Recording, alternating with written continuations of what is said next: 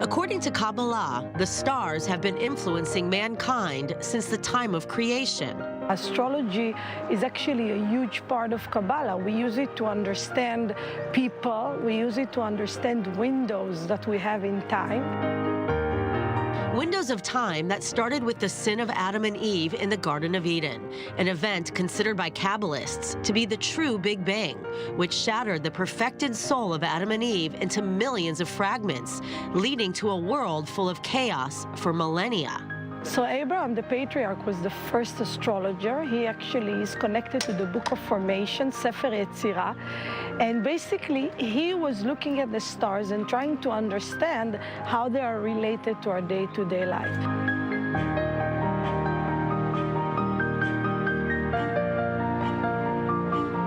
Abraham is very sad. He realizes that he's not going to have children. He's old, his wife is old. And basically, God tells him, come outside. Look at the stars. Do you see the stars? Your seed or your children are going to be more than the stars. Kabbalistic astrologer Rachel Schwartz says starting with Abraham's covenant with God, humankind has been on a journey towards correcting our fall from grace, and that each one of us is a piece of the original soul of Adam and Eve, trying to get back to Eden. The way that the sky look at that moment, second, place, is actually an explanation of what I came from, what my purpose is, what are going to be my obstacles, what are going to be my talents and my strength. Schwartz explains that the Creator decides exactly when we'll be born, and that our astrology chart is a literal map of our soul, with clues into our unfinished business from past lifetimes, and our spiritual assignment in this life, known as tikkun. Each and every one of us has a job. You know, you're a Virgo, you're very detail-oriented, right? So you have a job in this world to bring knowledge, for instance, right? You feel very inclined to do that. Kabbalah believes the 12 sons of Jacob each embody one of the signs of the zodiac, and that the Hebrew letters corresponding to each planet emit a certain kind of energy. The sons of Jacob are, each and every one of them is a chariot of an energy of a sign, but they brought us the ability to overcome the influence of the sign, you know? But actually, according to Kabbalah, 13 is a number that is above the influence of the stars. And this is one of the most important things we have to understand about Kabbalistic astrology, that we can be above it. It's said the written Zohar, Book of Splendor, didn't show up until the 1200s during the Golden Age of Spain, and is considered by some to be the Holy Grail. Scholars like Liv Kabbalah's Amichai Cohen believe the Jews forced to convert to Catholicism during the Inquisition starting in 1492 continued to study the cosmos in secret. They were into the mystical. The word for Spain is Sfarad, starts first with a samach, which is sod. It's believed they downloaded wisdom from a divine source, allowing them to prophesize the New World. It's even believed that Christopher Columbus relied on the astronomical tables of Jewish doctor Abraham Zacuto to sail to the New World. At the time, doctors, scientists, and rabbis were also astronomers and astrologers who knew it would take centuries before humanity would be ready for this sacred knowledge.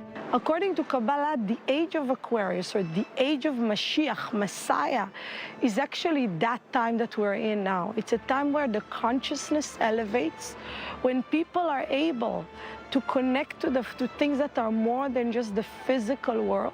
And now it's possible with the rapid-fire advancements in science and technology, mixed with humanity's search for spirituality and meaning. Now is the time to reveal these secrets, now.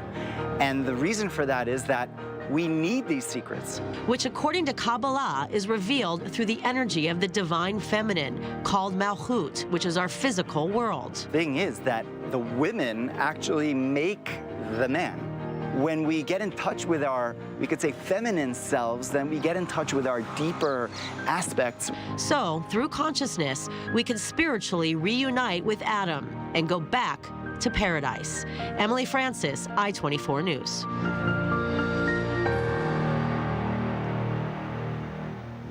Emily Francis, our cultural reporter, now joins me in the studio.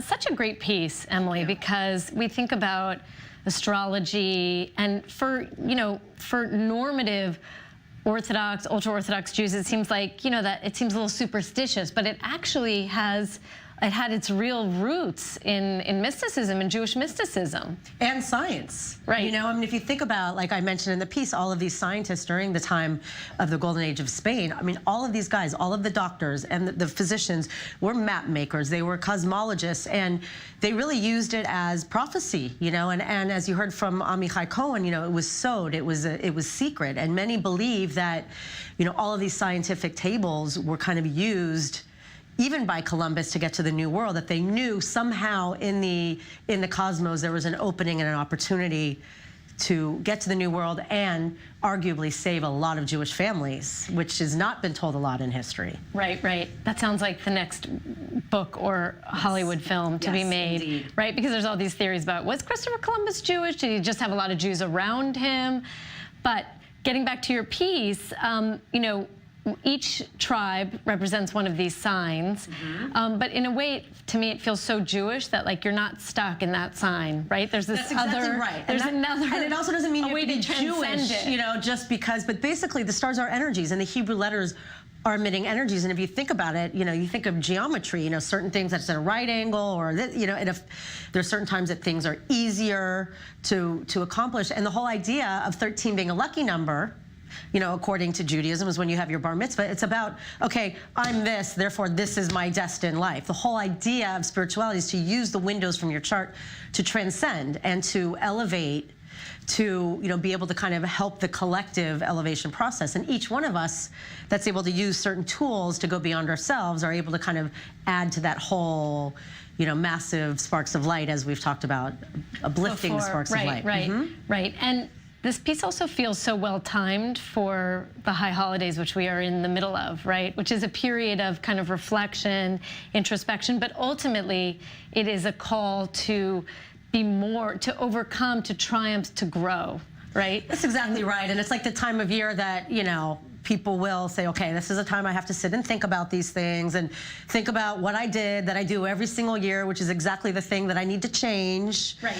Things like this. And the other interesting thing is that the current energies also affect us. So we're talking about this time of the woman and Malchut, which is representing Earth and the bring of that energy. And for the past 8 years, we had the planet Uranus, for example, in Aries. So it was a lot of revolutions and a lot of things in people's own individual lives and in the world. But now in Taurus, it's a grounded energy, which represents woman. It represents land, nourishment. So basically, we could foresee, as we're seeing already, big advances in things that are going to heal our planet, for example, or new science. God willing, maybe one day we'll be able to find a way to dissolve plastic in the ocean. Things like this, incentives to overall help our planet. Right, right. So it feels like this time, according to Taurus, is bringing us that it's kind of bringing into focus more our the world is talking about climate change. And it's never it's reaching a certain kind of crescendo, which we have just not heard before. Right. And with the energy being kind of, when they say feminine energy, it's not we're girls, someone else is a boy. It's we all have both within each and every one of us. And kind of the whole act of being conscious of doing things that are going to better our planet, even if you're just somebody seeing trash and throwing it in the trash. That one little act may not be as big as somebody who's trying to, invent something, but it's all kind of part of the same as our being aware of the planet around that we live on. All right, Emily, thanks. Such fun reporting. Thank you.